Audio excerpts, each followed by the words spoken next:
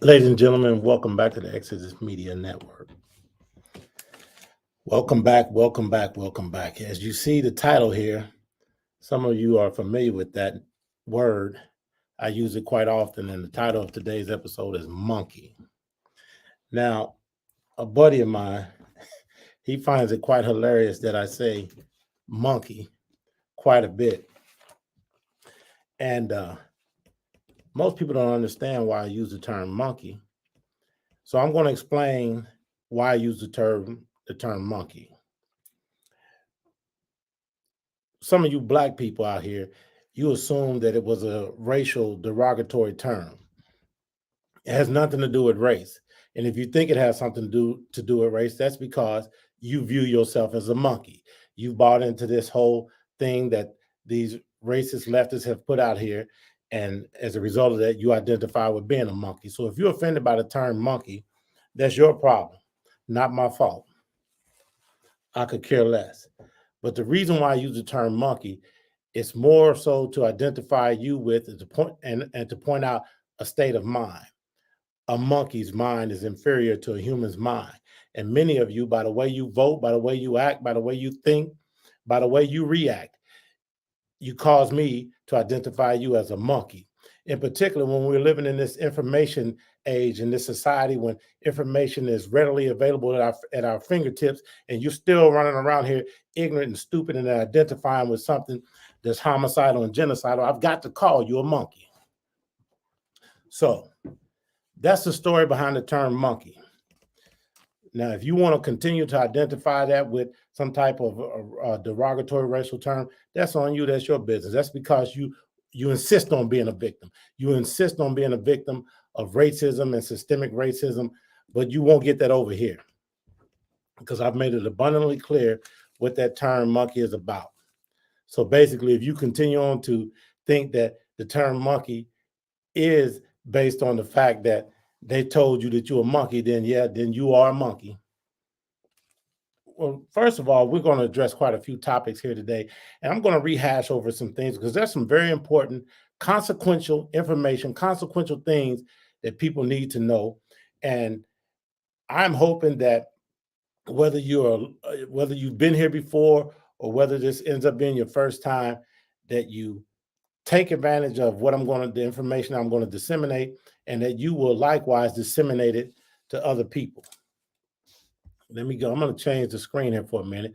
This is going to piss off some of you, but look at the bottom of the screen. I'm not going to change the ticker, but I will put that up there because that's truth. And this is about the rapid and widespread dissemination of truth. But let's deal with Mayor Adams of New York City, Democrat Mayor Adams of New York City. We got to talk about him for a minute because he popped up in the news once again today, and he's been accused of sexual assault.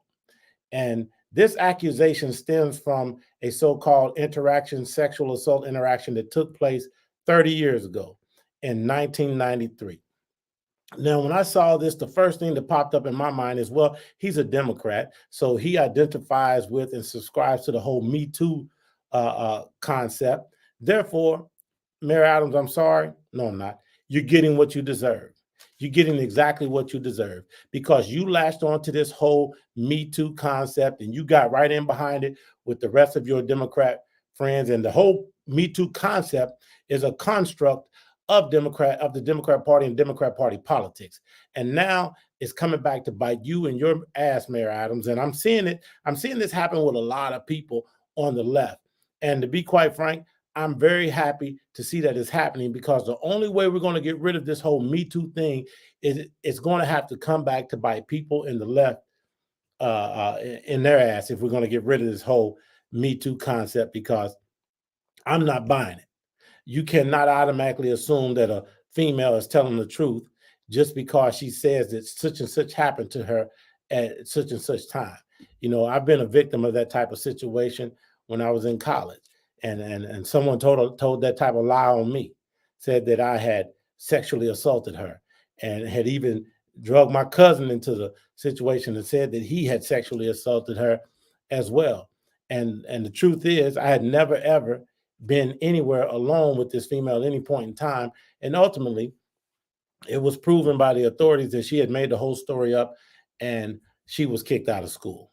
So, but Mayor Adams, in your case, I'm looking forward to seeing you fight this whole accusation. And to be quite honest, it's probably true as far as I can tell, because you don't seem to be on the up and up. You can't possibly be on the up and up. And I'm gonna tell you, I'm gonna explain to you people why. And this is just one consequential example. You know, um, since Biden and Harris took office, there's been approximately 10 million illegals to come into this country, not immigrants, not asylum seekers, or none of that. Illegals. That is the only term that can be applied to them because they came here illegally. You can't be an illegal and an immigrant simultaneously. I explain it all the time. An illegal comes here illegally, they break the law, and an immigrant comes here by the rule of law and invitation. So we got that out of the way. But since Biden and Harris took over in 2020, there's been approximately 10 million illegals to cross our border. Approximately 300,000 of those illegals have gone to New York City specifically, 300,000. Now, let me tell you why that's important, because we're talking about Mayor Adams, the Black Democrat mayor of New York City. Now, I'm going to read here a tweet that Mayor Adams put out on October the 20th, 2021. And I'm just going to show you how this stuff comes back to bite these liberal dystopian policies will always come back to bite these people in their collective asses. On October the 20th, 2021, Mayor Adams of New York City, he put out a tweet. And that tweet said, yes, this is Mayor Adams, quote, yes, New York City will remain a sanctuary city under an Adams administration. Now, he said this, and he pontificated that quite proudly. I know anytime you put it out over X, i.e. Twitter, that you want as many people to see it as possible. So he was very proud of his position of New York City being a sanctuary city. And now, ladies and gentlemen, as we fast forward to November 2023, let's see what Mayor Adams is saying now. Well, before I even get to that, let's talk about why Mayor Adams came out and did it. See, what Mayor Adams did was he was dog whistling to his white Democrat Party masters, and he wanted to assure them that this slave was compliant. He wanted to ensure to them that this slave, meaning Mayor Adams, was compliant with the homicidal genocidal agenda of the left. And I call it a homicidal genocidal agenda because let's look at that. We're going to pause and we're going to address that because that's a pretty loaded statement to make. And I would also argue that above 90% of Black people have a homicidal genocidal mind. Another loaded statement. But I'm going to tie that together because those two statements work hand in hand. The fact that the Democrat Party has a homicidal genocidal agenda and that at least 90% of Blacks in this country possess a homicidal genocidal state of mind. And you don't like that, but I'm going to prove it. Now, when I prove it, a lot of you are going to get frustrated and disgusted, and you're going to turn this off if you even have the intestinal fortitude to turn it on in the first place. But I'm going to explain to you why. Listen, the Democrat Party is the party of abortion. That automatically makes them a homicidal, genocidal party. They know the Democrat Party is completely aware that whole abortion agenda, that whole eugenics agenda came from Margaret Sanger. That makes them a homicidal, genocidal party. They know that intentionally 70% of abortion clinics have been put in Black communities. That makes them a homicidal, genocidal party. In addition to that, I can even go even further back in history. The Democrat Party was the party that fought a war against the North, against the Republicans, in order to preserve white supremacy. I repeat, the Democrat Party fought a war. It was called the Civil War. They don't tell you the full scope of that war in school because the school has an agenda and the schools are controlled by the Democrat Party. So real quick history lesson, if you happen to be in college, but you grown adults need this history lesson too. The South was the Democrats. The South were the Confederates. The North was the Republicans. The North was the Union soldiers. The South was fighting to maintain slavery, to preserve slavery and white supremacy. The North was fighting to free your Black behinds, if you happen to be Black, from slavery and from white supremacy. Therefore, that makes the party, the Democrat Party, a homicidal, genocidal party because the act of slavery and the barbarianism that took place in slavery was genocidal towards Blacks. And not only was it genocidal, obviously it was homicidal, because in order to have genocide, you got to have homicide or some form of something that's going to result in your physical death, or something that may allow you to never be born in the first place, i.e. abortion, which the Democrat Party promotes. So I think it's pretty evident that the Democrat Party is a homicidal, genocidal party. And now, likewise, the black minds in America, approximately 90% of them, and I'm going to tell you where I get that 90% number from, but it's dropped slightly below that, but approximately 90% of you Negroes have a homicidal, genocidal mind, and I'm going to prove it to you. You vote for the party that I just identified, rightly so, as the homicidal, genocidal party. If their politics and their agenda is homicidal and genocidal, and that's what it results in, is the genocide of you black people, then that means likewise, if you vote for them, you have a homicidal, genocidal state of mind. You can't argue that. You won't get this any more clearer than this. This is real clear politics. But the question is, if you happen to be one of those black individuals that identifies with the Democrat Party and you've been voting that way, what are you going to do? Are you going to double down and continue to go out here in 2024 and support the party of homicide and genocide, and support the party of Margaret Sanger, and support the party of black eradication? Well, if you do that, then you prove my earlier point. You're a monkey. You see, you can't run from this. You can't escape from this. I'm gonna put you in a box. I'm not gonna allow you to escape this box. You can't play the victim card. You can't play the race card. You can't play no card. All you can do is sit down on your ass and listen to what I'm saying. And if you don't like it, you can get up and you can run. But wherever you run, this information, this message is going to follow you. Now, back to this Mayor Adams and his Democrat Party. You see, he got out there and he wanted to make sure that the liberal Democrat white elite were understood where he stood. He wanted to make sure that they understood that he was the going to be a good boy. He wanted to make sure that they understood he was dog whistling to them.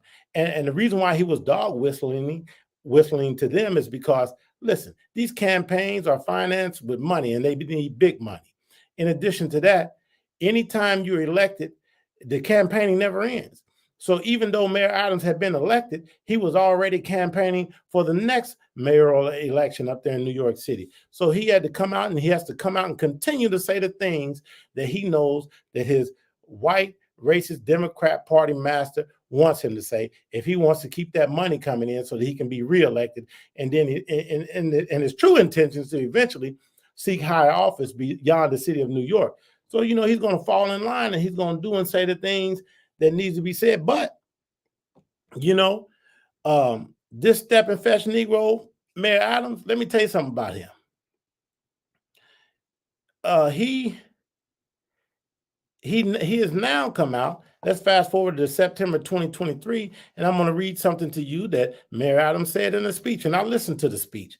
And in that speech, he said that the migrant, he's calling them migrants, and that's erroneous. That's not the proper term. They're illegals. So he should have said the illegal crisis will destroy New York City. Quote, will destroy New York City. Now, that's mighty funny that in about 18, it took him all about 18 months or so, 2 years, 18 months, to completely turncoat on those illegals. And you want to know why? Because the illegals are not sustainable. They are not financially and economically sustainable because somebody has to provide for them. Somebody has to take care of them, which brings me to this. And I talked about this in the last live episode. If the illegals in New York are such a burden, I don't understand why these Democrats continue to come out here with these talking points, lying and suggesting to us that these people that are coming to America are hardworking. You see, they put out this lying narrative. All these people that are crossing the border, these are people just looking for opportunity. They're hardworking people, family-oriented people. Many of them are Catholic. And these are the talking points that the Democrat Party is sending us. Well, if that was true, then they wouldn't be a burden on New York City because they all would have arrived in New York City, all 300,000 of them, and they would have very expeditiously gone to work there, found employment. So evidently they haven't, because if they did, they wouldn't be a burden. They'd be able to take care of themselves if they were so hardworking, family-oriented individuals, but that's not the case. Don't for 1 minute believe that these people crossing this border are well-intentioned people. hardworking people just looking for a better life. Yeah, they might be looking for a better life. I'll give them that. But they're only looking for a better life if you're going to finance it, Mr. and Mrs. American. They want you to finance it because these people are coming here and what they're accessing is limited resources. Limited resources.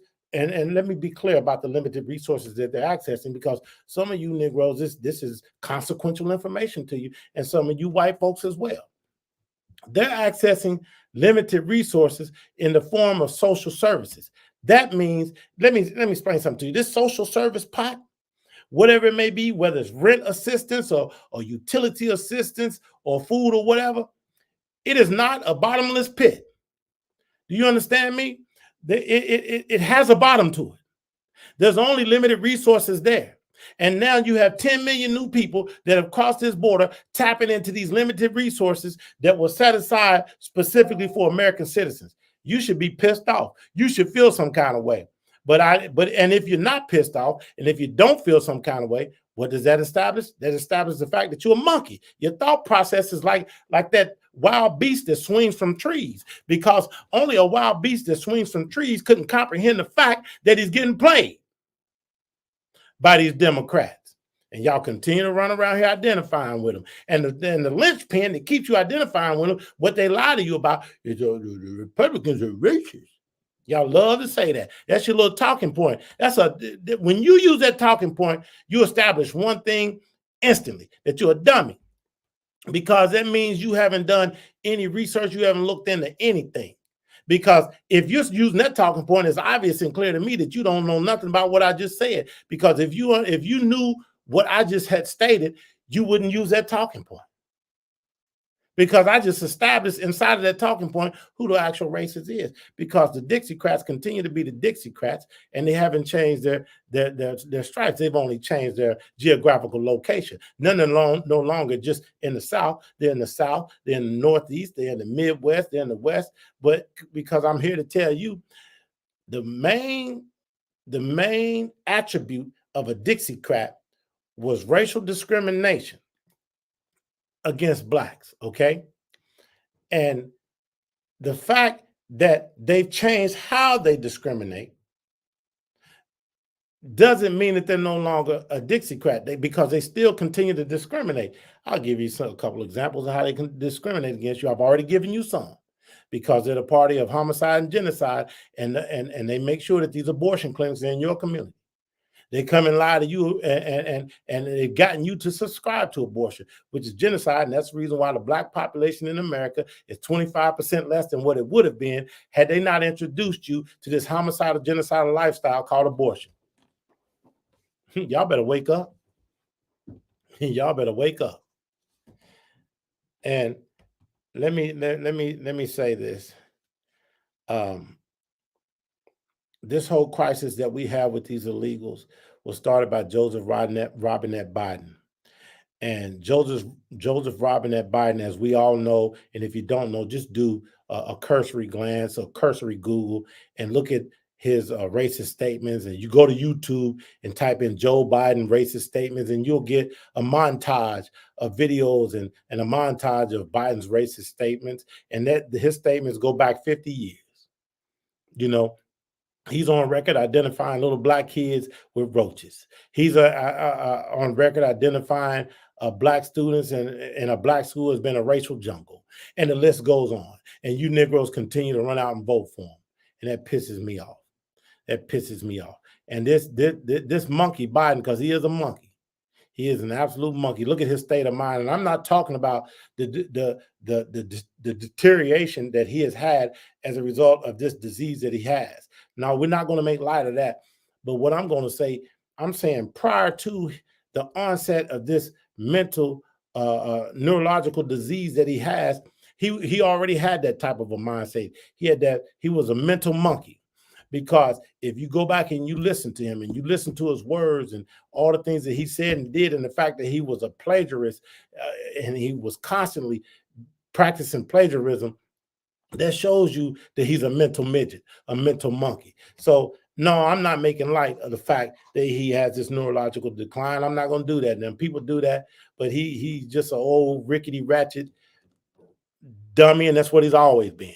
and he's a racist through and through, and his family owned slaves. So therefore, you know, we can't hold that against. I wouldn't hold that against him.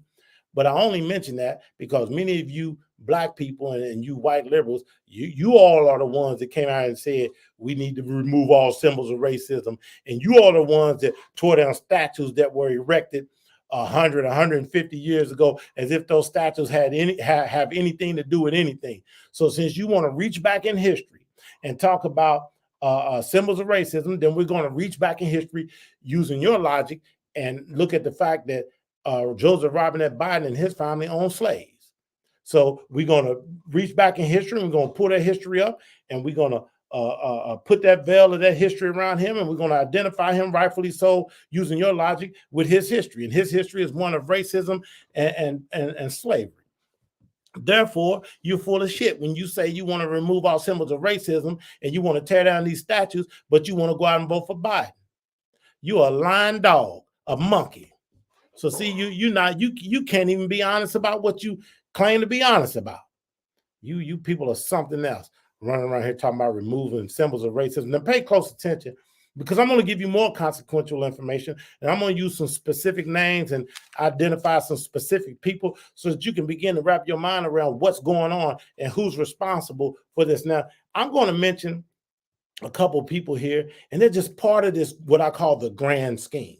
They're just a couple agents that are responsible for this grand scheme. But this grand scheme has many agents that are complicit to what we now see manifesting in our country with all this dystopianism, et cetera, et cetera, et cetera. Now, Cloward Piven, that is what you see happening. When the border is opened and these people are allowed to flood in to destabilize our system, our government, our social service agencies, et cetera, that's called Cloward Piven. And pay close attention, because Cloward Piven is something that was constructed by two radical leftist liberal professors.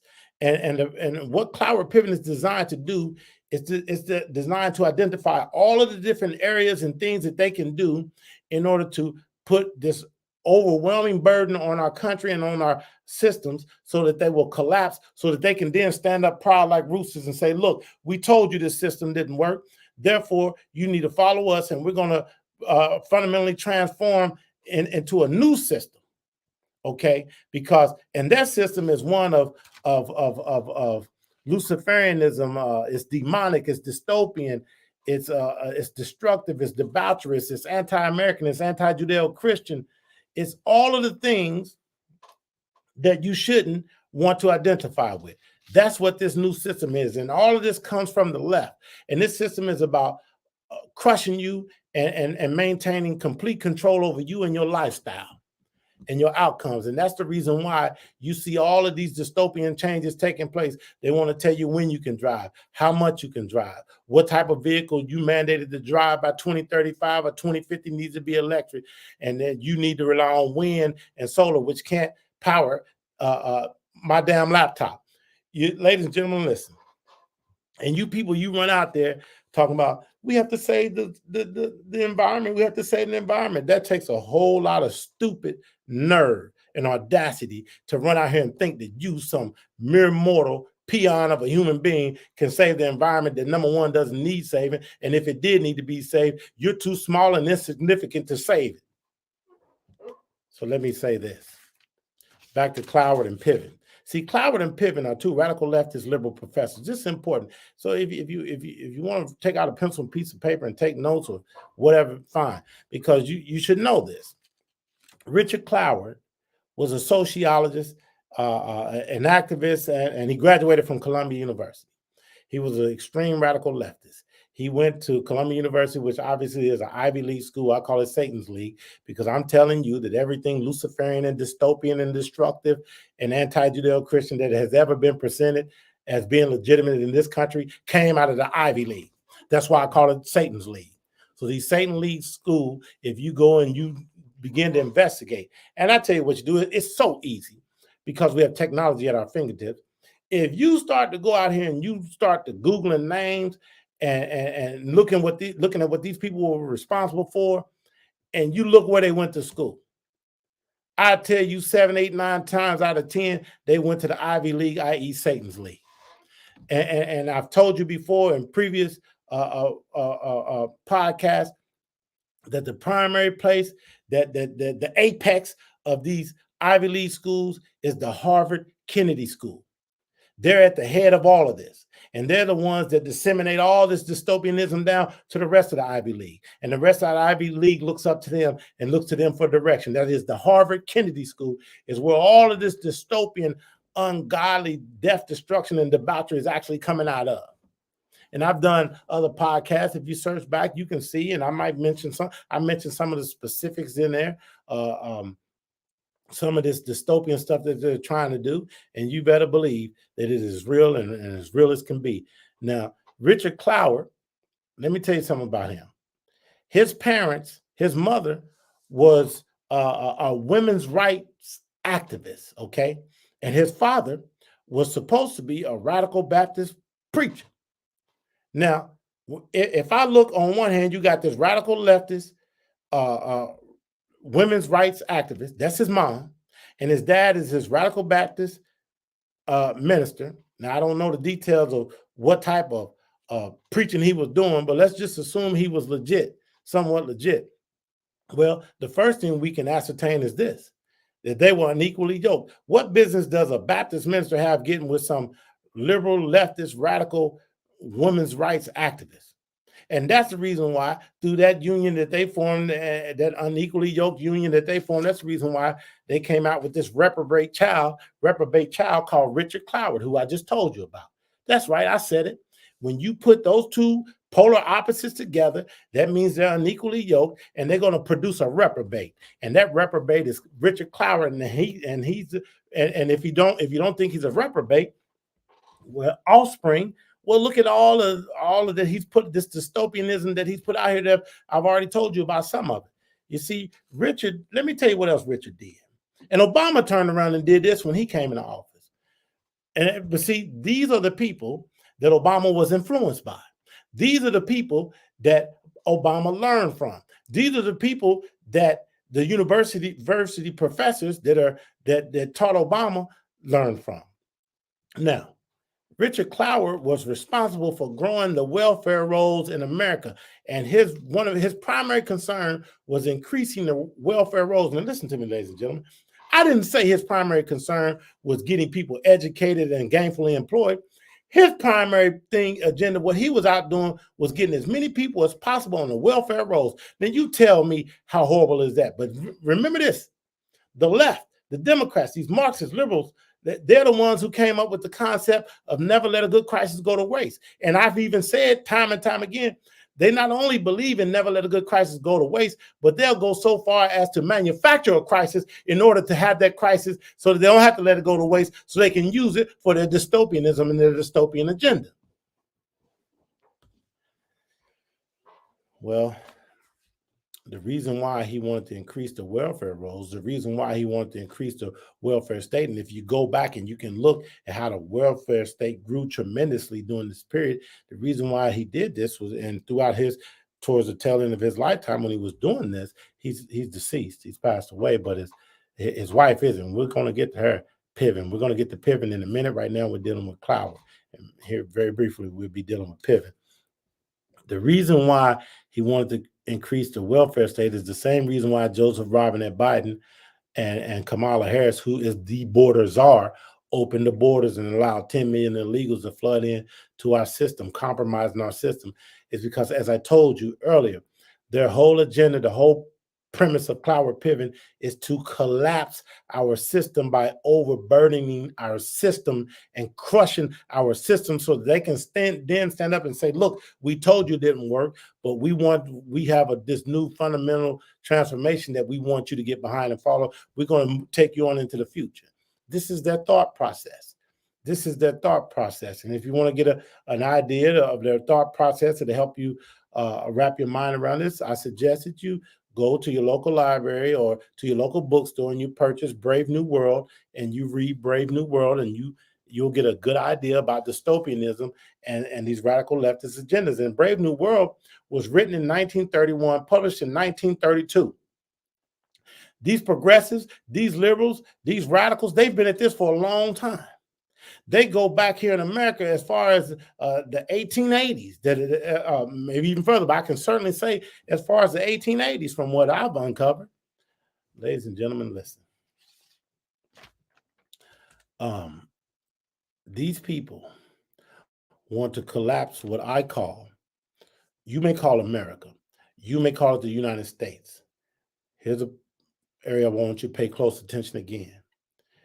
And I coined this term in my description of the United States, not because I wanted to present the United States a certain way, and I do want to present the United States in a positive light, but I coined this term in order to describe the United States of America in hopes that it will help you, ladies and gentlemen, to identify even more so with our country and its importance and its significance. And hoping that it would cause you to want to participate in making America great again and returning America to where it should be. And I describe America like this. We are a Judeo-Christian capitalist constitutional republic. Judeo-Christian capitalist constitutional republic. That's important because we were born out of Judeo-Christian values and principles. So that has to be first. That has to be first. And if you are a believer and if you accept Christ as your Savior and you're a believer, then you have to put the Judeo-Christian first because you know that God always was. Therefore, he's first.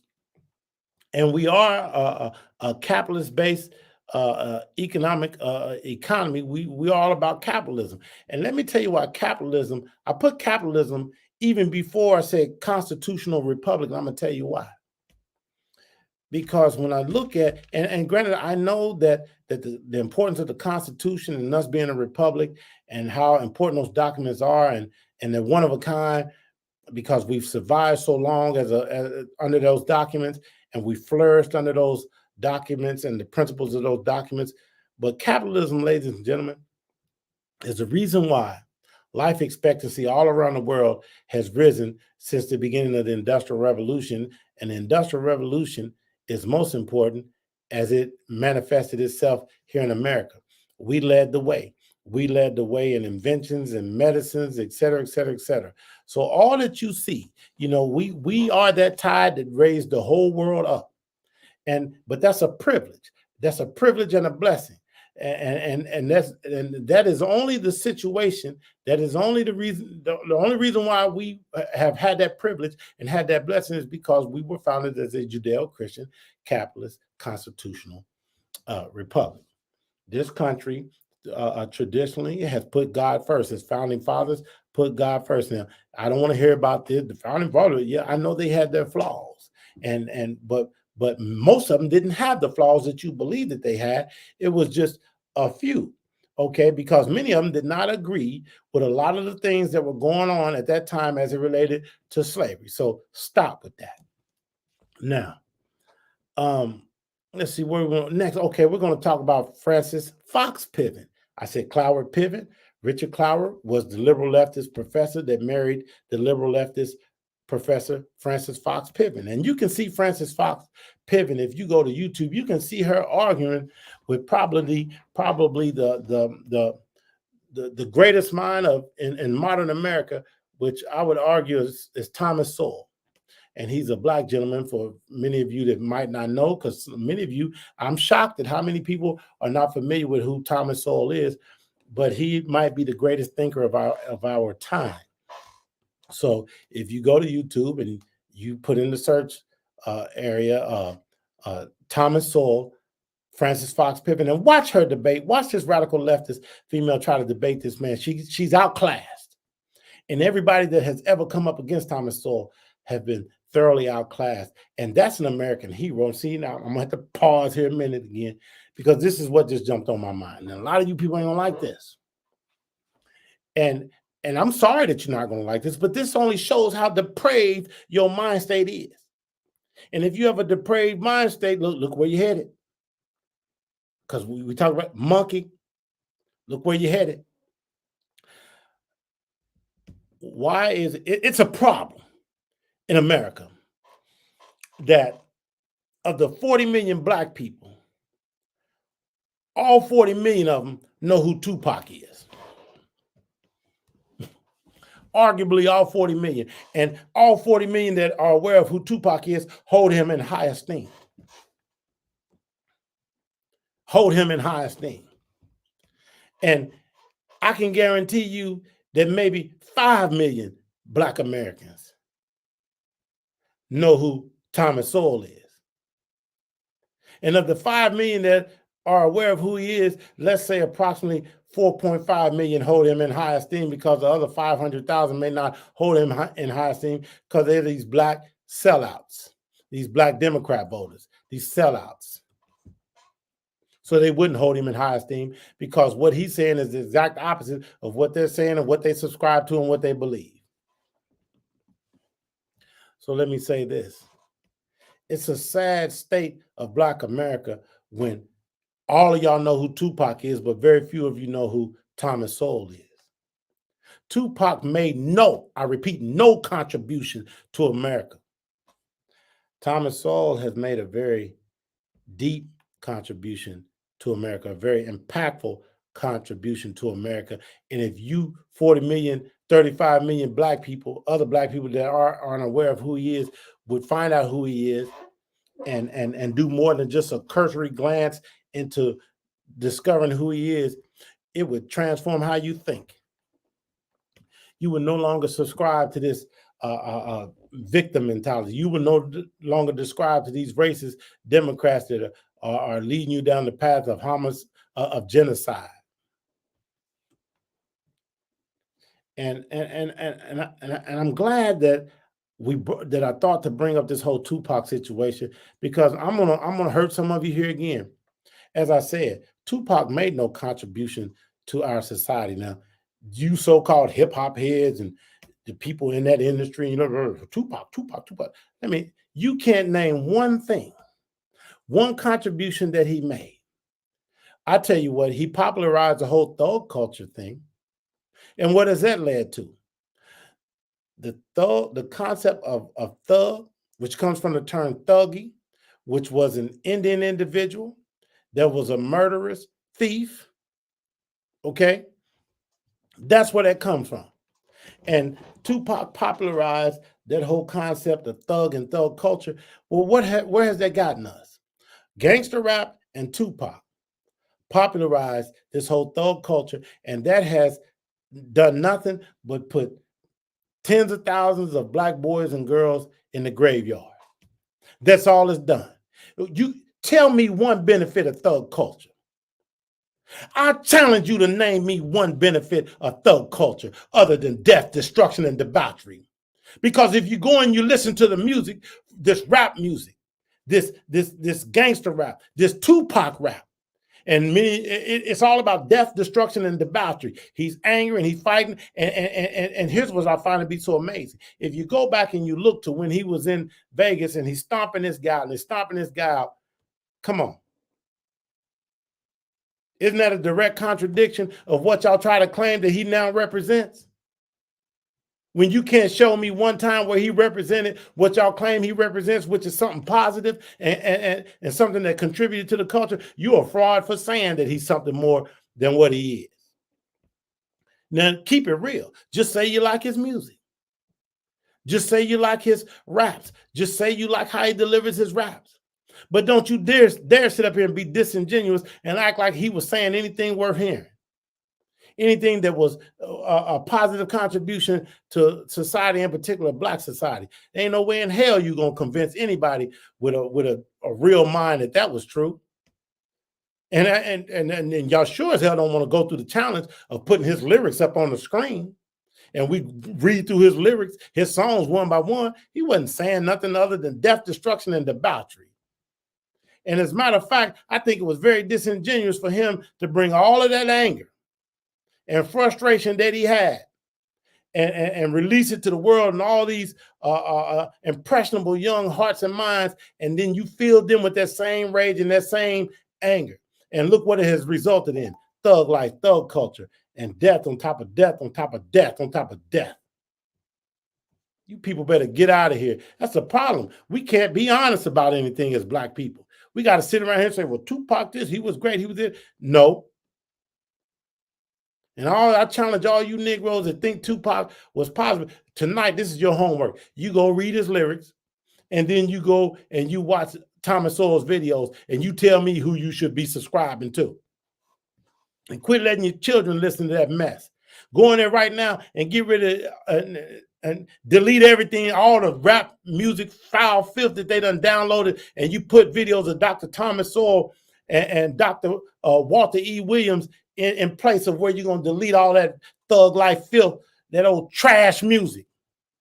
It's causing your kids to go out here and destroy one another and rape one another and beat one another and steal from one another. Y'all better wake up. Now, I know I kind of got sidetracked, so we're going to get back to Francis Fox Piven, who married Richard Cloward. And remember, it's the whole construct that they created is called Cloward-Piven, which is designed to collapse our government system here. Now, Francis Fox Piven, she was a political scientist and a sociologist, just like her husband, who was a sociologist. She also happened to be a liberal. Now, follow me here, because, matter of fact, I'm going to say this first. If you think what I'm about to say is anti-Semitic, once again, you're in the monkey zone because you're not listening. And I'm going to have to identify you as a monkey. You're in the monkey zone. And here's my point. She was a liberal, irreligious Jew. Pause. I didn't say, oh, she was a Jew. Because, see, I don't put all Jews in one basket. Just like I don't put all Blacks in one basket, even though the 90% of us are currently in one basket, but y'all put yourselves there by what you subscribe to and who you vote for. I don't put nobody in one basket unless you all put yourselves into that basket, and then I'll come along and point and identify, yeah, all of them are basically in that basket. But I don't put all Jews in the same basket, and she's a liberal, irreligious Jew. And those are the Jews within the larger Jewish group that I identify as being very destructive, because those are the liberals, the Jews that bring all of this dystopian, radical leftist liberalism, progressivism, socialism, communism, Marxism, Luciferianism, and all the negative destructivisms that are out there. And they do it proudly. And if you think I'm lying, all you got to do is go down the list of the ones that you've seen me talk about in past videos and look at what they did. Okay? Look at what they brought to our society. And they shouldn't be held in high esteem. So she didn't go to the Satan's League like her husband Richard Cloward did. She didn't graduate from a Satan's League school, but she graduated close to, well, they wasn't in the Satan's League, but it's still a satanic establishment, and that's University of Chicago, because that's a radical leftist liberal institution, and all they're doing is indoctrinating people into the culture of death, destruction, and debauchery, just like Satan's League, i.e. the Ivy League. So they're no different. And she came out of there being more destructive than what she was when she went in there, as far as her thought process that eventually manifested into actions in the form of Cloward-Piven and other things. Now, she was a Tides Foundation recipient. The Tides Foundation, ladies and gentlemen, is a liberal, progressive organization that's all about pushing forward this radical leftist agenda. And if you go and look up the Tides Foundation, Tides, Tides Foundation, one of the first things you're going to see is that, yeah, they are very handsomely bankrolled by George Soros, and we know of the demonic individual that he is, and he also happens to be of that same liberal, irreligious Jew ilk. And remember, once again, I love Jews. I love Jews. My Savior was Jewish, okay? I'm all for Israel. May God bless Israel, and may Israel be victorious. Netanyahu, he's Jewish. God bless Netanyahu, okay? I can go down a list of I have Jewish friends. They're amazing. Love them to death.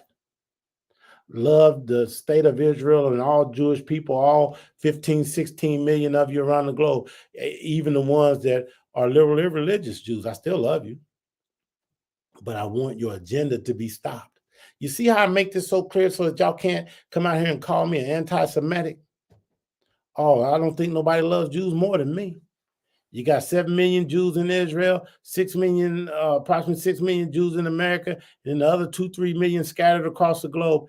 And I pray to God that He brings them all together and that they're saved. And I wish nothing but the best for them. So call me anti-Semitic because I made it abundantly clear where I stand. But I'm not letting anybody off the hook, whether you black. If you can be a liberal, irreligious black, you can be a liberal, irreligious white, you can be a liberal, irreligious Mexican, you can Hispanic, you can be a liberal, irreligious Jew. I'm gonna hold you accountable for that. I'm gonna hold you accountable for your vote. I'm gonna hold you accountable for your agenda. I'm gonna hold you accountable for everything that you do that buys in and ties into this 3D culture, which is death, destruction, and debauchery. And that's all you get coming from the Democrats and the left, ladies and gentlemen. So, Francis Fox Piven. And then we went on talking about the Tides Foundation. She received an award from them. George Soros funds them. And now that his son is taking over, you can say that he funds them. And occasionally y'all see my eyes roaming. I'm looking at a lot of the news and different stuff that's popping up. I have 1, 2, 3, 4 screens, 5 screens, 6 screens going here. And I also have messages coming up, popping up. Now listen, here we go. Let me check something right quick. Okay, I just was checking over here on Rumble to see if there were any messages that popped up on that. I'm gonna go back to these banners, and you see the banner there. Black women are the real white supremacists. They kill 130,000 black babies every year, but you Negroes go running out in the street singing "We shall overcome" and blah blah blah blah blah blah. What are you overcoming? Because the only thing that I can see that you need to overcome is those 130,000 black babies, innocent and defenseless, that are slaughtered every year. The KKK, the police, all these people that y'all pointing the finger at, they ain't killing nobody.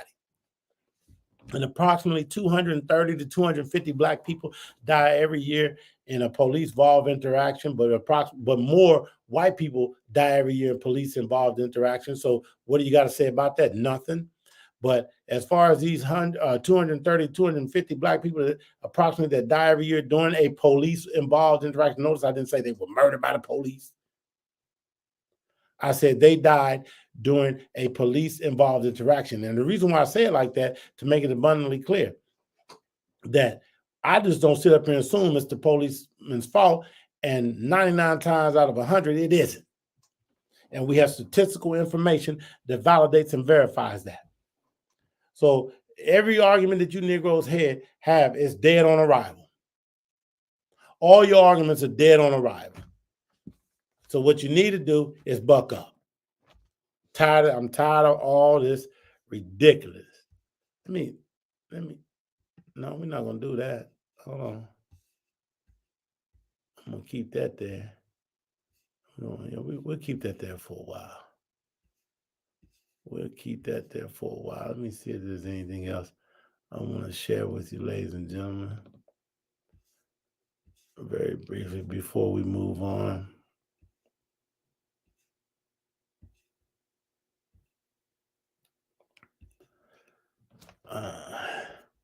Okay. So, listen. I step on a lot of toes. I don't do this for some type of a shock value or nothing like that. I say what I say because it needs to be said, and if your toes happen to be in the way, so be it. Ladies and gentlemen, there's an entity, an organization called the World Economic Forum. It was founded by Klaus Schwab. And I'm just going to say this very quickly because I have other stuff I want to get onto. But I feel the need to say it because, remember, it's all about educating people in the rapid, widespread dissemination of consequential information. And Klaus Schwab started the World Economic Forum, and many of you need to understand, so go do some research. They are responsible, along with the UN and the Democrat Party, for all of this dystopian stuff that you see. So when you look out here and you're like, why is this like that? Why is that happening? Look at this, look at that. and you see all this un-American activity, this anti-Judeo-Christian activity, this stuff that is not conducive to capitalism, when you see all the negative things, it's coming from the left. And the three primary entities that are responsible for that will be the American Democrat Party, the United Nations, and the World Economic Forum. They are the puppet masters. They're pulling the strings. They're the ones that are putting their hands up the back and manipulating all of this and making this happen. Now, of course, I've named individuals like Klaus Schwab, Francis Fox Piven, Richard Cloward, and so on and so forth. These are the agents of this dystopianism. You see, somebody has to be the agent, and there's agents everywhere. Your university that you're attending currently, that your parents are paying hundreds of thousands of dollars to, those universities are agent entities. You have agent individuals that are out here that are fueling the fire, and you have agent entities that are institutions, all of your institutions of higher learning, academia all across the board, except for a few schools, Hillsdale, and a few others that do not fall into that category. Hillsdale College, I repeat, Hillsdale College does not fall into that category. And for those of you that do not know, they put out a great magazine that you can get for free. All you have to do is go to Hillsdale College and subscribe to a great magazine that they put out that's very informative and educational called Imprimis. They ain't paying me. I'm running a commercial on their behalf because I understand the importance of Hillsdale College, being that they do not subscribe to all this radical leftist liberal dystopianism, and the fact that they're putting out this Imprimis magazine that anybody can go online and subscribe to and get it for free, and it's very informative. And what they put in there is typically something that is helping you in your fight against, the dystopian left. Now, ladies and gentlemen, we're currently in the fourth industrial revolution. We have the last three generations. Generation Alpha is the newest generation. And prior to that, you had Generation Z, and then prior to that, you had the millennials. They are subscribing to all of the dystopianism that is in this fourth industrial revolution. That's where we're at right now. So let me explain something here. And I shouldn't, let me not say that about Generation Alpha so much, because they're really too young to really identify with any of this, but they're coming of age, and some of their parents subscribe to this. Therefore, they will certainly be subscribing to it. But I give pause and a certain thought to Generation Alpha, and here's why. The radical leftist liberalism and dystopianism has ran rampant for years. And because it has laid such a treacherous, tyrannical path of destruction, many eyes are awakening. Many minds are awakening, and people are starting to understand the depravity of this Luciferianism, these leftists, these liberals, these progressives, socialists, Marxists, communists.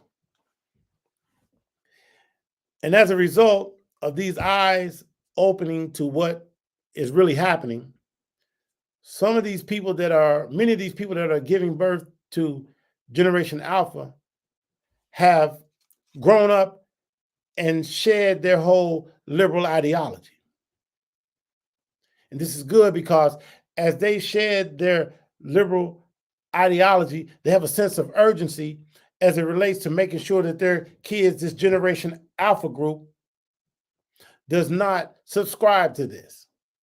And as I said, many times before, and I hope that these people that are giving birth to this Generation Alpha, this is key for you people that are giving birth to this Generation Alpha. It's not enough for you to share this dystopian liberalism, this Luciferianism. You've then got to turn and make sure beyond a shadow of a doubt that your kids do not succumb to it, that they're not deceived into it, because it's one thing for you to tell them one time, two times, but you've got to preach, you've got to teach, and you've got to indoctrinate, because when they're not in your presence, and even when they're in your presence, they have constant exposure to the left, to the liberal, to the Luciferians, constant exposure, whether it's the radio, television commercials, television shows, I don't care what it is. They're force feeding your children this whole sodomite lifestyle. They're force feeding your children this whole pro-abortion lifestyle. They're force feeding your children all of this delusional way of reprobate way of thinking. So you can never take your foot off the pedal as it relates to your kids, because the minute you turn, they're ingesting something in their minds from the left, from these Luciferians. So you've got to be diligent. You've got to burn the midnight oil when it comes to protecting your kids from this garbage that they are giving them a steady diet of.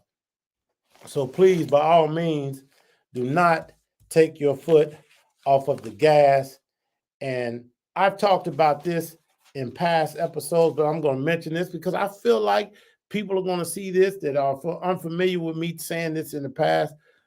But very quickly, ladies and gentlemen, these people have chosen who our heroes are.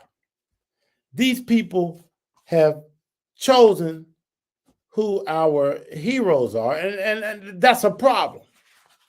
That's a problem because if the people on the left are choosing who your children's heroes are, then they're going to look up to them, then they're going to subscribe to what they believe, and they're going to reject what you have told them and fail to tell them continuously. As I'm telling you, you have to continuously tell them. And I'm going to use two individuals that are very prominent, not just in Black culture and Black life, but in American culture and American life. And they have always told us that these people are our heroes. And some of you are going to struggle with who they have said are our heroes, and as it relates to me, saying, no, they're not your heroes. And the two individuals are Thurgood Marshall and Martin Luther King. Okay? And here's the point I want to make. Thurgood Marshall is largely responsible for abortion becoming legal in the United States. And that case originated on the state level out of Texas. You know it as Roe v. Wade. Thurgood Marshall was an associate Supreme Court justice at the time that Roe v. Wade came before the courts. Thurgood Marshall was completely aware of what Roe v. Wade, as far as that whole abortion agenda, was born out of. Thurgood Marshall was an educated man, and he understood that it was born out of Margaret Sanger and eugenics and her hate and disdain and disgust for Black life, as well as white poor life out of Appalachia, and as well as life that was scarred with physical and mental deformities. Those are the individuals that she wanted to eradicate. First and foremost, you Black folk. Secondly, the mentally and physically handicapped. And last and certainly least, she wanted to get rid of what she called bad white stock, which would be you individuals who hail from Appalachia and other poor areas, maybe down in the Delta area, etc. It is what it is. But Thurgood Marshall, as an associate justice, he had the opportunity to influence the other justices, those radical liberal leftist justices that by no means had any interest in protecting life, and by no means did they have any interest in protecting Black life. But Thurgood Marshall, that's why I tell you, he's a sellout. He sold out Black life when he voted to allow these abortions. Okay, He sold out Black life when he decided not to fight for Black life by not reaching out to the other associate justices and making a case for Black life and rejecting abortion in America. But they tell you that he's a Black hero. They tell you to hold him in high esteem and high regard and look up to him. And all these little Black kids every year come home thinking that Thurgood Marshall was their friend, their hero. No, he wasn't. He was a sellout. He was a devil. He was a monkey. He was a coon. And then there's Martin Luther King. Martin Luther King, he sold out the civil rights movement to the sodomites. Okay?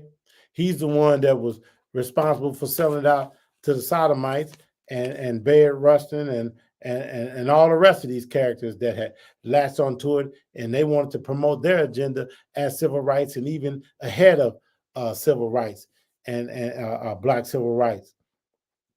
And Bayard Rustin said that the homosexual was the new nigger. And Bayard Rustin was a Black guy who was a friend of Martin Luther King and who was in that civil rights movement with Martin Luther King. You see this whole plan to push us aside and out of the civil rights movement and allow all these other groups to usurp us, all these other groups to usurp us. It was put into place as far back as the late 1950s, mid 1950s. And you're totally unaware of that, and they won't teach you that in any of these schools because they got to keep you Black people on the plantation. And they got to, and hold on. I said they got to keep you Black people on the plantation. Well, I'm going to give you white liberals a news flash. Not the elite white liberals that are pulling the strings and calling the shots. I'm talking about all you flunky white liberals that are running out here promoting this liberal agenda. You on the plantation with them Negroes too.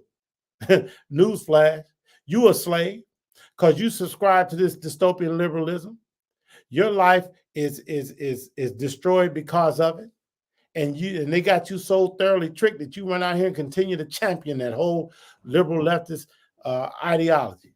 So you on a plantation too. They got white slaves and they got Black slaves. All you liberal religious Jews, you voting Democrat. You're voting in favor of this dystopianism. So you slaves too. They got a hell of a plantation now. The plantation just in the old days just had these Negroes on it. Now the plantation got Negroes and white folks and Jews. See, they don't discriminate about who they're going to use in order to push forward their dystopian agenda. They'll crush all of you. And at the end of the day, it's all about power, domination, and wealth creation, but not wealth creation for you, wealth creation for them. Because these same people want to destroy the middle class, but they come out in their campaign speeches and their campaign commercials talking about we're about job creation and the middle class, and we want to grow the middle class. That's a damn lie. That's the reason why I tell you, if you go and you do your research of Marxism and so on and so forth, you'll see that Marxism is all about the destruction of the middle class because they want to create this. This is important. They want to create this tremendous gap between the ruling class, the wealthy elite liberals is the ruling class in Marxism. The wealthy elite liberals are the ruling class in Marxism. And at the bottom is everybody else. And they don't want that middle class. I'm going to tell you why they don't want that middle class. Two things they don't want. They don't want the middle class and they don't want gun ownership. There's other things, but those are the primary two things they don't want. Because here's why. The middle class will far outnumber numerically this ruling liberal elite class. In addition to that, the wealth of the middle class can go up against the wealth of the liberal elite. Okay, so in order to crush those challenges, they say we got to eliminate the middle class because we can't have the middle class with all their collective wealth going against our ruling class, liberal elite collective wealth. So financially, they see that as a threat. So you got to crush the middle class. And likewise, gun ownership, you got to crush that because guns are the last line of defense. When they come in with all this dystopianism, with this brave new world where they want to control you and usurp all your personal liberties and freedoms, they want to restrict your movement and so on and so forth, which I'm not going to get into right now, but trust and believe when I tell you that. So doesn't it make sense that they want to destroy the middle class so that they're not a threat to their power? Doesn't it make sense that they want to go out here and call for gun control and claim it's because we want to protect life. I don't see them talking. Let me tell you something, ladies and gentlemen. I'm going to give you a very quick lesson here today, and you use this in school, high school, or to university. Democrats and liberals are lying when they say that they want gun control in the form that they say they want gun control. They want gun confiscation. And when they talk about gun control, they talk about what you call assault rifles, assault weapons, okay? To keep the conversation moving, we'll let them use that term. But those assault rifles and assault weapons are responsible for very few deaths in America when you compare them to handguns. They're not even responsible for more deaths than blunt objects. They're not even responsible for more deaths than fists and feet. Go and look it up. But they would lead you to believe through their constant diet of false media that people out here slaughtering people all day, every day with these so-called assault weapons. That's a lie from the pit of their hell. The information is readily online. All you got to do is go and look up the FBI crime statistics and you can see. And all of this, these deaths in America are coming from handguns, but you will never, ever hear them say that they want to control handguns. You want to know why? Because then you'll very clearly see that, wait a minute, you want to control, confiscate handguns, not assault rifles, but handguns. Well, the vast majority of the weapons that are owned in this country are handguns. So ultimately what you're saying is that you want to confiscate all of our weapons. And that's the trick. Therein lies the deception, ladies and gentlemen.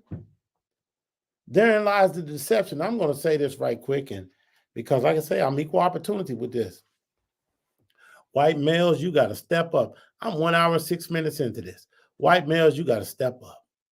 I'm telling you, you white males that identify as conservatives and Republicans, and if you're a real Republican, you also identify as a conservative and you reject everything on the left.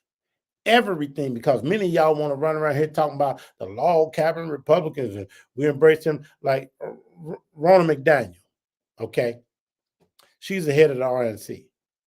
She's put her foot in her mouth numerous times. I can't stand the broad. I can't wait till she goes away. This is her last term. She's horrible, but I can guarantee you they're going to replace her with somebody that's just as horrible.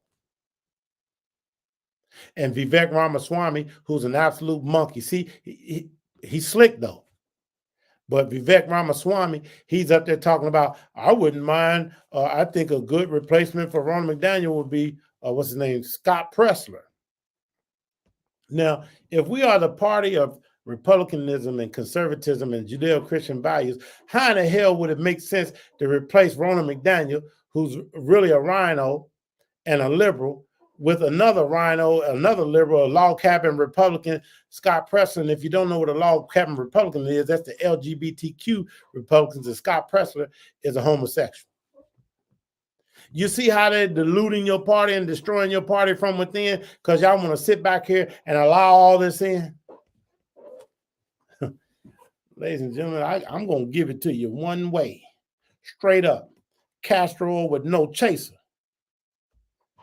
Castor oil with no chaser. Okay?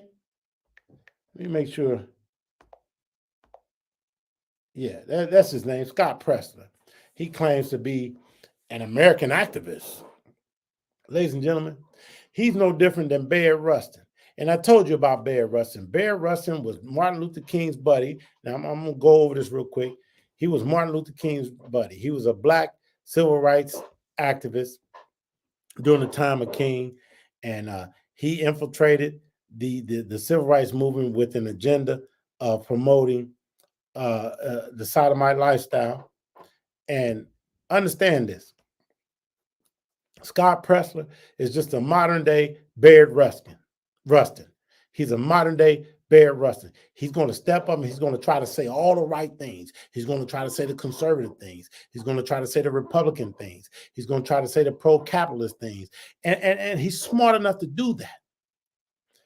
But his ultimate agenda is promoting LGBTQ. And that's fine if he wants to promote that, but he can't promote that from the Republican Party. He can't promote that from a period of conservative, from a point of view of conservatism. And all you so-called Republicans and conservatives that sign off on it, you don't do nothing but show us your true colors and show us that you're not really what you're claiming to be. Stand down.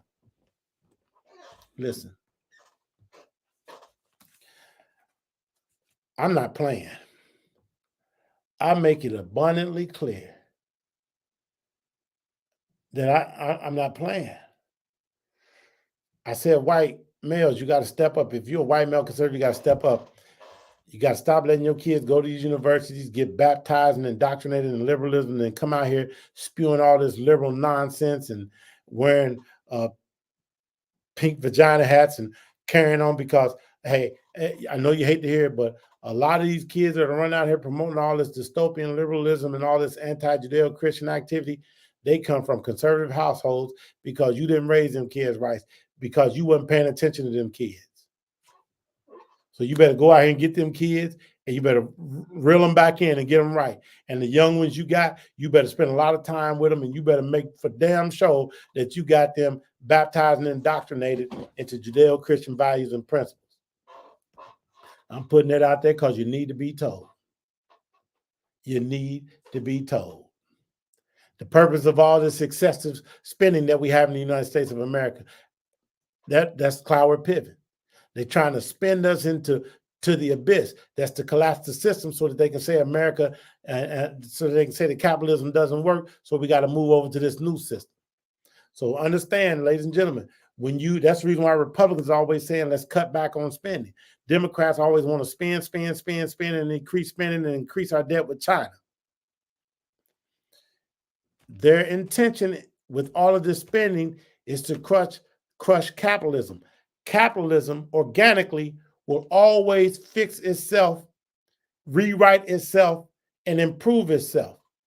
When you have this inorganic activity, this artificial activity that is brought on by these dystopian liberals on the left, where they want to spend, that is what ultimately will collapse our capitalist system. One of the primary contributing factors to and it's currently collapsing.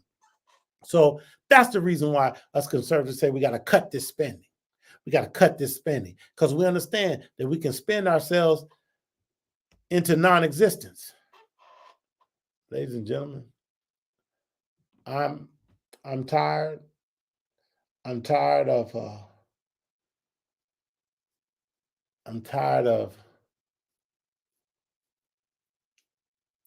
these conservative pundits coming out here sounding like Democrats. If you're going to come out and you're going to sound like a Democrat, what's the point? Why don't we just all go over there and get DNC cards? Let's just join that party. If you want to adopt their agenda, if you want to adopt what they embrace, why don't we might as well close up shop on the Republican Party and go over and join them. Let me tell you something about you cowards. I'm not going to name you right now, but you will get named, and you've been named before. But today, I don't want to get sidetracked. I'm not going to name you. Let me tell you about you cowards on the right. So-called cowards. So-called people on the right. You cowards, you pundits, you people with microphones like this. You people being seen on television and on the internet. You want to go out here and you want to tell the rest of us that we got to leave abortion alone, take it off the table. You're not a conservative. You're not a Republican. You're a damn lie. Don't you lie to my face, you disrespectful monkey, you beast. Gonna sit up here and call yourself a conservative, a Republican, and pro-American when you want to sit up here and talk about we need to leave abortion alone. Abortion needs to be 100% outlawed, period, by the federal government and not to exist in any state because it's not a states' rights issue, because abortion and life can't be debated. So Clay and Buck and all that, I said the damn names, all the rest of you, Shine Hannity, all of you want to sit up here talking about we need to leave it alone. And then you ones running for office, well, let's just give them the first trimester. That's where the majority of the babies are slaughtered in the first trimester. You monkeys. So all you're saying is let's just let them have these babies. So y'all ain't nothing but a bunch of Moleks. You're sacrificing Moleks. Child sacrificing Moleks. See, you get away with that shit because most people aren't politically savvy and they haven't done their homework. You ain't saying nothing when you come out here and say, well, we're going to leave the first trimester alone, but beyond the first trimester, no. You can't abort these babies. What does that mean when the vast majority are aborted in the first trimester? That means that you are saying, hey, Molek, here, take these babies and slaughter them, and I can guarantee you that your country cannot continue to exist and cannot continue to flourish if you're going to murder these babies because there's too much blood on your hands. And all that blood in the soil is going to make the soil unstable. And if you make soil unstable and you defile this soil with blood, you can't grow nothing. Nothing can grow from it.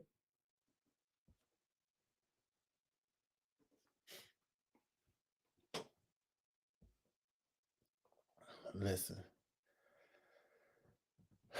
I mean, I can't say enough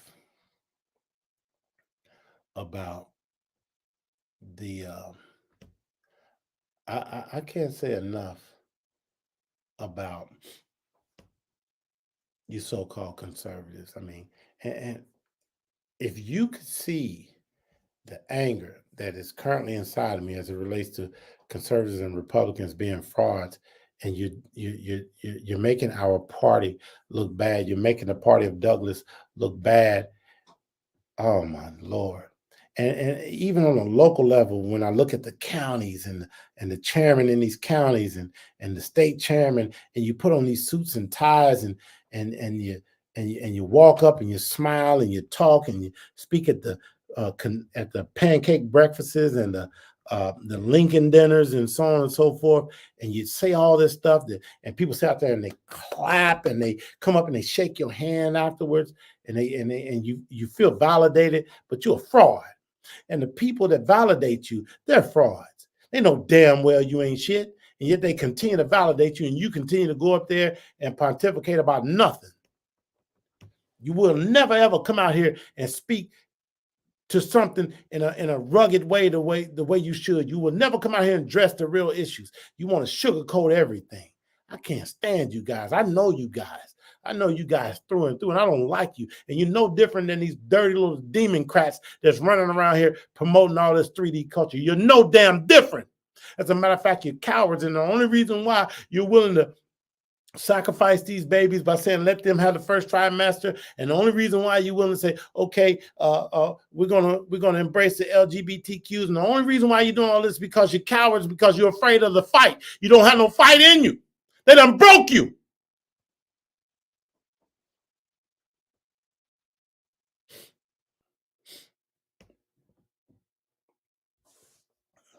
I mentioned this last time. I'm gonna mention it again. You racist Negroes, you so stupid. You sat up here and all these black folk went out here and died on your behalf, talking about they want to integrate, they want to integrate, they want to integrate. And what do y'all do? Now y'all want to run out here and y'all want to segregate. You want to segregate. You want to segregate. You're running around at these universities, and you black students and these black leaders in those communities where these universities are, done convince the white liberals at these institutions to let you have your own separate black graduation ceremonies. That's racist, and you're stupid. You cannot be successful in America if you don't want to assimilate. Success in America is contingent upon assimilation, not going out here practicing separatism, you dummies. You're disrespectful to everybody that ever was lynched. You're disrespectful to every slave that was a slave. You're disrespectful to everybody that ever came before you and fought for you to get your black ass in position to flourish and thrive in this country that is full of an abundance of opportunity. And now all of a sudden you want to go out here and talk about we want to separate. You want separate but equal? Damn it, are you out your mind? Go talk to your daddy, your granddaddy. They went through separate but equal. They had black-only water fountains. They had to walk on a certain side of the street. They had to go get their lunch through the alley at the back door of the restaurant. You want to go to the back door of Applebee's and get your food again, you dumb Negro? The hell are you talking about? Separate graduations. Next thing I know, I'm going to walk into one of these universities going to have colored water fountains again because you Negroes done demanded it because you're such racist. You don't want to drink out of the same water fountain as white folk. You're stupid. California, because these Negroes and these white liberals done demanded it, got an ebony alert. What the hell? Amber alert wasn't good enough. No, we need our own alert. We need an ebony alert. You're a bunch of dumb. That's why you're a monkey. Your thought process makes you a monkey. When you have that deficient thought process, when you're depraved in your thought process, you think like a subhuman animal.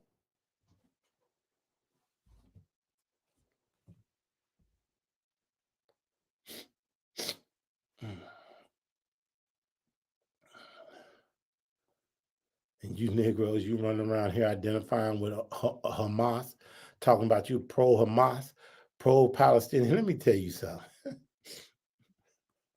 Go on over there. They got something for you.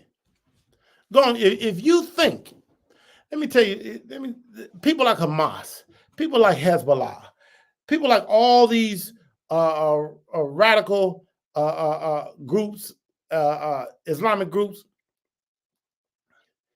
it's easy for you to sit over here where you're comfortable, protected, safe,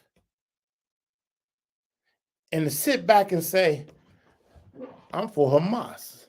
I'm for Hezbollah. I stand with the Palestinians. You keep that up. You keep saying that nonsense. Because let me tell you something. If the barriers of protection were not there and they had access to your black ass, they'd kill you too. Because they don't think nothing of you. They don't think nothing of you. And y'all so quick to identify with these people who, if they had the opportunity, would eliminate you too. Especially if you're a Christian. Y'all don't even have good sense. You don't even have good sense. You walk out of church on Sunday talking about, thank you, Lord, thank you, Jesus. I'm a child of God, a born-again believer. And then you say you support Hamas, who hates Christ, who you just was in there professing to be your savior. You're stupid.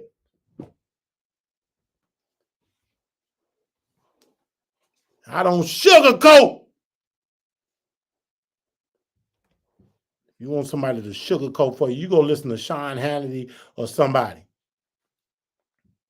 I'm not sugarcoating a damn thing. Not playing these games. I'm not playing these games. I think I'm in on this. And this is a doozy. I don't know how deep I'm going to go into this. But you heard me mention liberal, irreligious Jews. I didn't say Jews. I didn't say Israel. I'm pro-Jewish. I'm pro-Israel. But I want to stop the liberal, irreligious Jew, his agenda and his activity, because it is self-destructive to him. I want to save him from himself. This isn't anti-Semitic. This is pro-Semitic. I want to save the liberal, irreligious Jew from himself. You've never heard that in your life.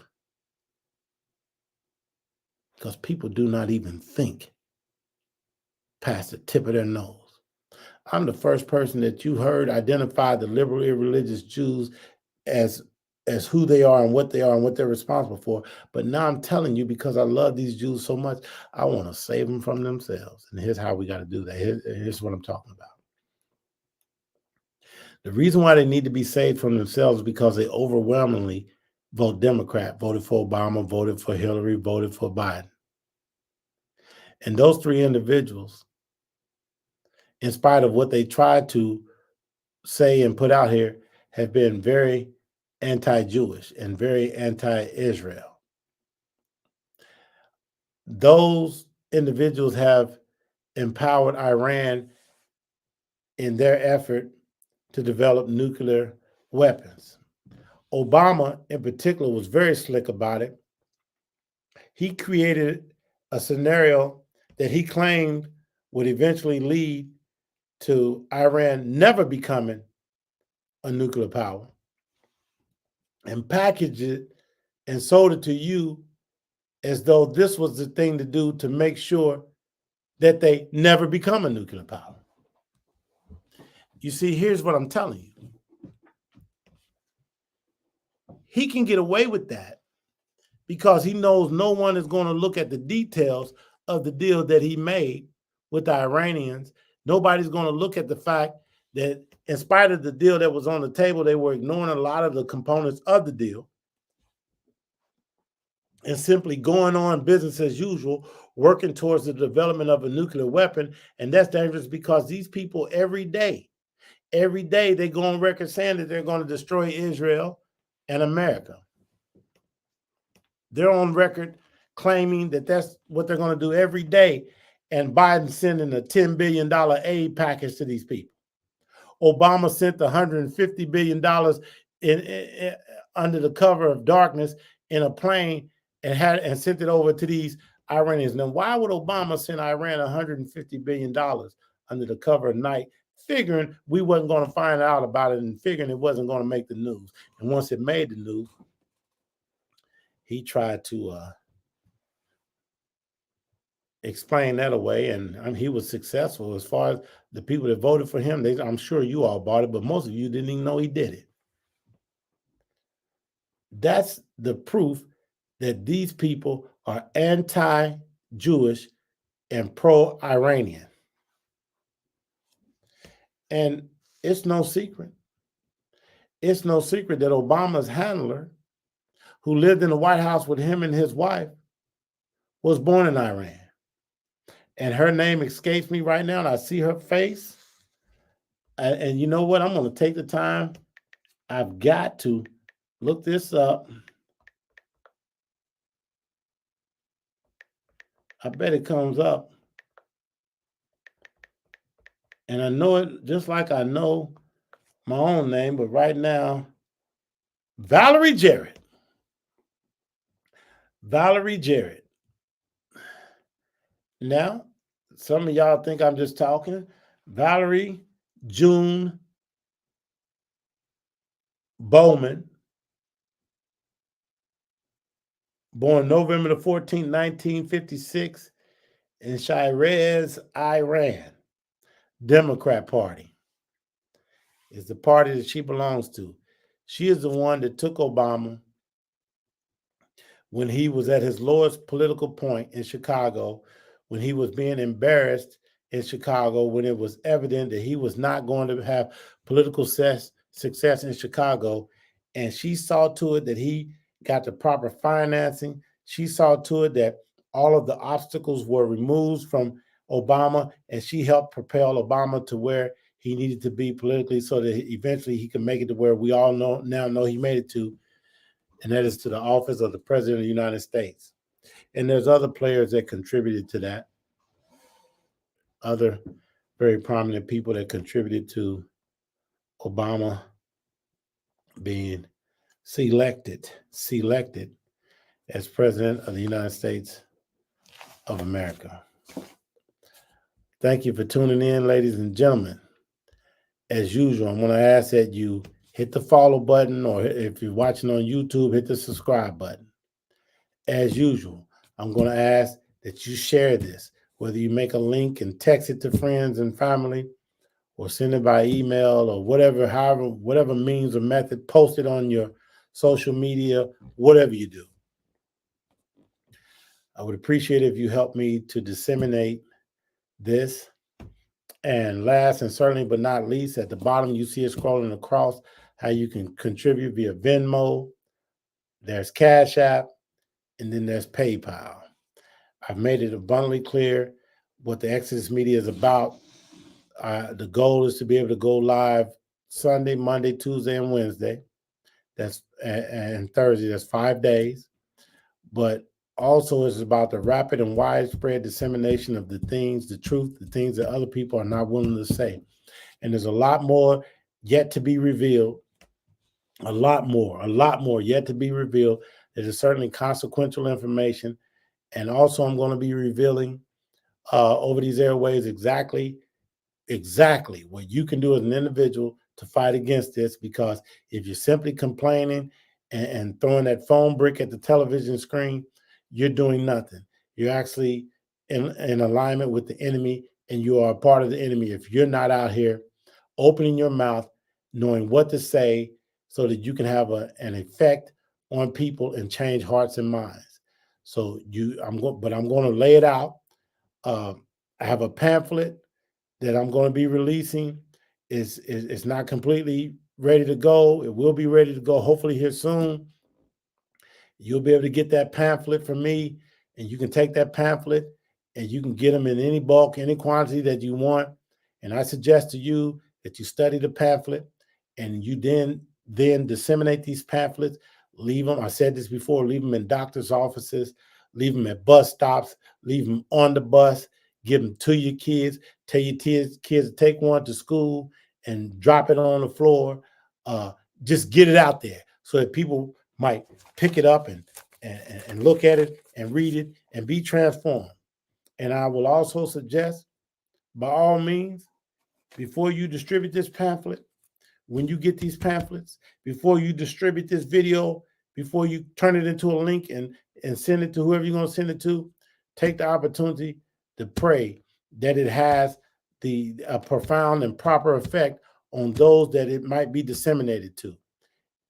In Jesus' name. That's what I want you to do. And that's how we make this whole thing begin to turn, because what I do know, and I got to say this before I go. This is so important. This is the most important thing I'm going to say. Now, I've debated a couple professors. I've had some debates and some arguments, or whatever you will call them. Here's what I've always known that some of the people that have engaged me and interacted with me have discovered. I'm dangerous. And they have acknowledged that I'm dangerous.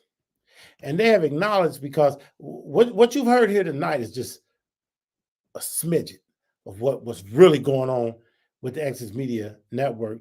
But the thing that is profoundly prohibiting the Exodus Media Network, because there's more to it than just me and what you hear. But what's profoundly prohibiting is the lack of financial resources. That's the reason why I keep that ticker running at the bottom of the screen. And here's why financial resources are so important. Because I eventually would like to have a decent small staff, people that can help with research and document creation and a plethora of things that are necessary. Because I'm telling you, people, that Republicans and conservatives that are running around here that have means aren't willing to do anything to change these outcomes and to win elections and to change the hearts and the minds of Americans, other than bump their gums and talk about how bad things are.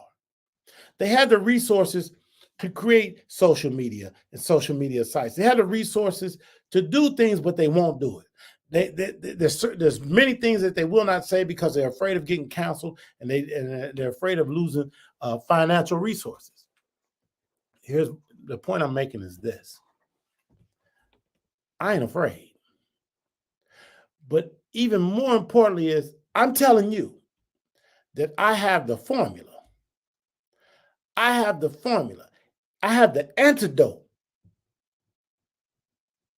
The actual antidote, and I've tested it repeatedly for years. And I know how to transform these hearts and these minds in a way that will blow your mind. But in order for that to happen, I need the rapid and widespread dissemination of this antidote, of this absolute cure. Now, let me be clear. I'm not talking about transforming the hearts and minds of absolute dyed-in-the-wool leftists. These people have given their hearts and their minds and their souls up to Lucifer, to Luciferianism, to Satan. Okay? So I'm not wasting time on them. But there are a lot of people here in this country that are wondering, questioning, looking for direction. They know something's not quite right. And then there's a lot of evangelicals sitting on the sideline that have to be motivated and stimulated. They need an injection.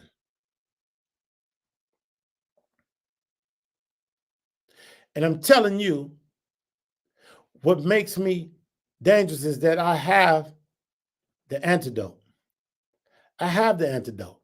And I want to take that antidote and I want to rapidly and widely inject it into America. And I'm convinced that if I can achieve this rapid, widespread dissemination of this antidote in 6 months, if I can distribute it unprohibited, if I can distribute this, if I have the resources to distribute it, and I have a plan. But it costs. It costs a substantial amount, but not nearly as much as people would lead you to believe. And the reason why I say not nearly as much as people will lead you to believe, because I've talked to conservatives that have a nice amount of money, and they want to suggest that it's too expensive. We can never do it. We can never achieve this. I'm talking about crushing academia and their indoctrination process and what they're doing on these college campuses. And then you'll say, well, there's already so-and-so on a college campus saying that they're not saying the right things, the right way. I'm talking about transforming hearts and minds without compromising your values. I'm talking about pulling people in and not compromising your values. Because currently right now, what we do, we compromise. We shed certain things because we say, well, we can't win if we say this, or we can't. No. I'm not talking about that. I'm not talking about that. But what I'm talking about is the rapid and widespread dissemination of this antidote can change the face of politics in America, can change the outcomes of national, state, and local elections.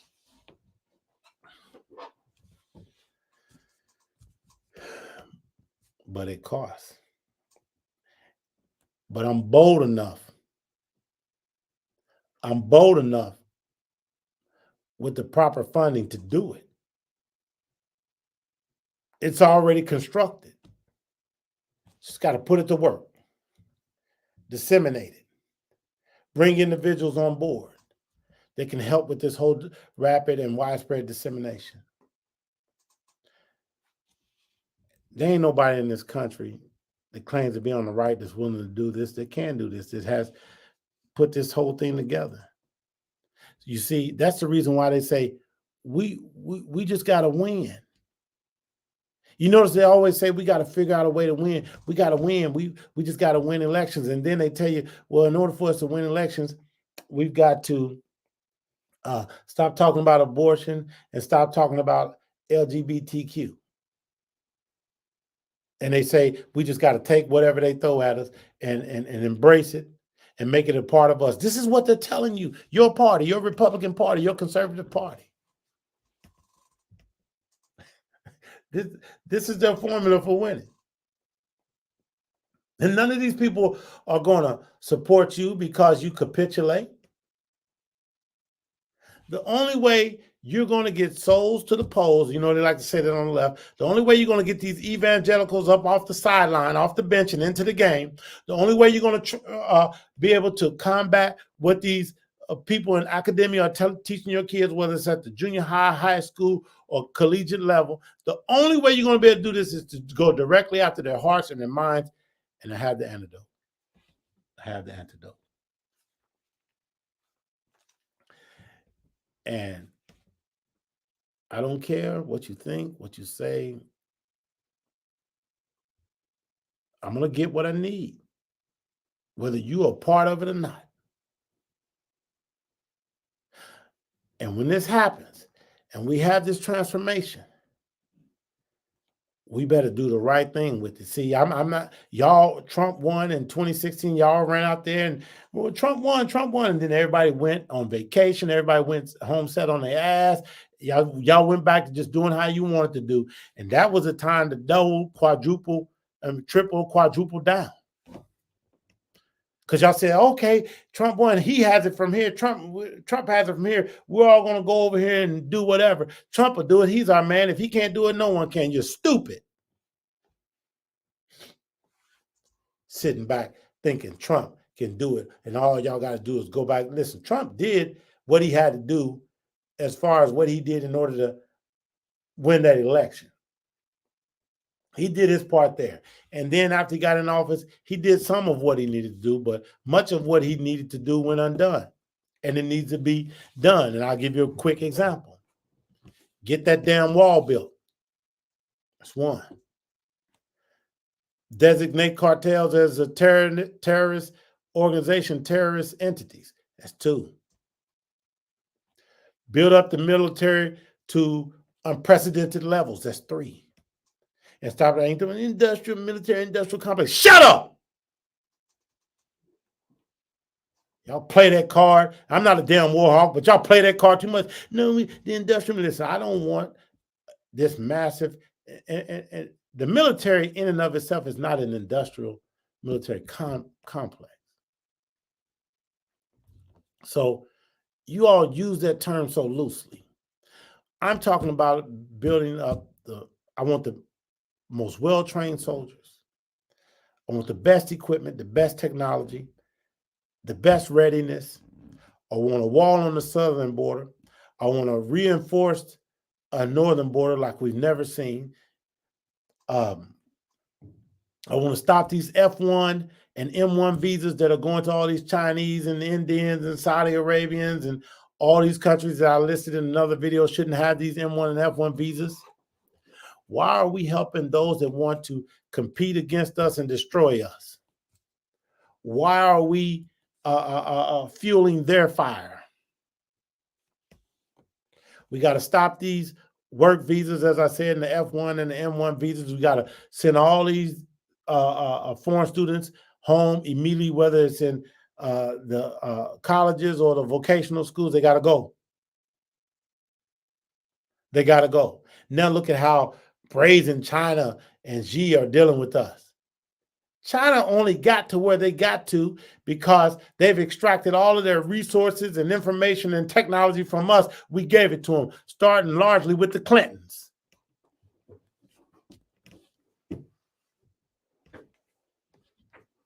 Starting largely with the Clintons. And I said it before and I'm going to say it again. And, you know, the filter is off. White people, you understand where I'm coming from. You know the Clintons are white trash. They ain't nothing but a bunch of white trashers. The Clintons are white trash. The Bidens are white trash. Okay? I'm going to keep it real. And they ain't no good. And they give you good white folk a bad name. And I understand why so many of you white folk don't identify with the Clintons and the Bidens. Because y'all know they white trash. And they know they make you look bad and give you a bad name. Just like you got these black folk out here that make us look bad and give us a bad name. That's your black trash, your white trash, your Arab trash. They all out there. So don't be butthurt when we identify them and talk about them. That's what you got to do with a problem. You got to identify the problem and address the problem. The Clintons left the White House broken, stealing stuff out of the White House and selling it. Literally stealing, left the White House broke, stealing stuff out of there and selling it. That's white trash. Ain't no white person going to disagree with me. They'll be quick to tell you that Clintons are white trash. Not going to disagree with this. No. And you know, I said it before and I'm going to say it again. Y'all running around here talking about Camelot. Listen. Joseph Kennedy, with all the dirt and the deals that he made to get his sons elected, making America look like some sort of a misfit banana republic entity, that was white trash activity. John F. Kennedy, look what he did to the White House, to the office of the president, running them whores in and out. That's not becoming of the office of the president. That's white trash activity, but y'all want to call him Camelot and glorify him. He wasn't nothing but a stinking liberal. And him and his brother sharing and fighting over the same bride. I don't condone them slaughtering that man. That was horrible. But we're going to call a spade a spade. And some spades are white and some are black. Y'all better recognize. Don't nobody want to speak truth to this stuff. Thanksgiving was 25% more expensive this year than what it was when Trump was in office. And yet Biden sends his old dumb spokesperson out, that good Negro. She loved her master, Jean-Pierre, Karine Jean-Pierre. She came out there. She can barely talk, barely read. It's reading straight from the this year, it's more affordable bacon and butter and it. Really? You gonna come out and tell me that all of these items are more affordable this year than last year? Okay, that may be true. But let's go back to the Trump administration. It's not more affordable than what it was in the Trump administration, because we know that during the Trump administration, all these items that it takes for you to make your Thanksgiving dinner that y'all sat there and ate today, and you're sitting around with your swole bellies picking and sucking on your teeth, it was 25% cheaper during Trump's administration than what it is now. But of course, they wasn't going to use Trump's administration for a reference point because it would expose them for the frauds that they are. So they go back to last year. Well, that was your administration. Biden spokesperson,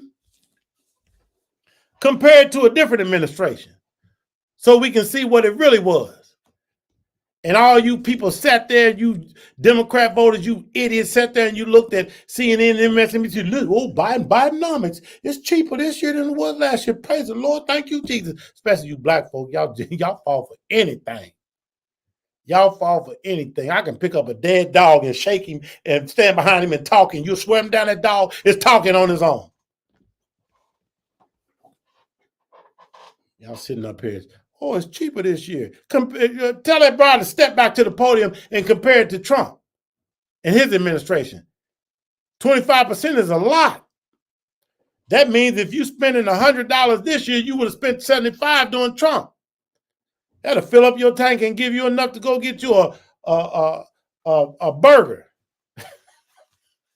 Or something. Oh boy, we can go on and go on. So, but we're not. I'm gonna get off of here, and thank you for tuning in. Until next time, thank you for tuning in to the Access Media Network. Y'all have a good evening.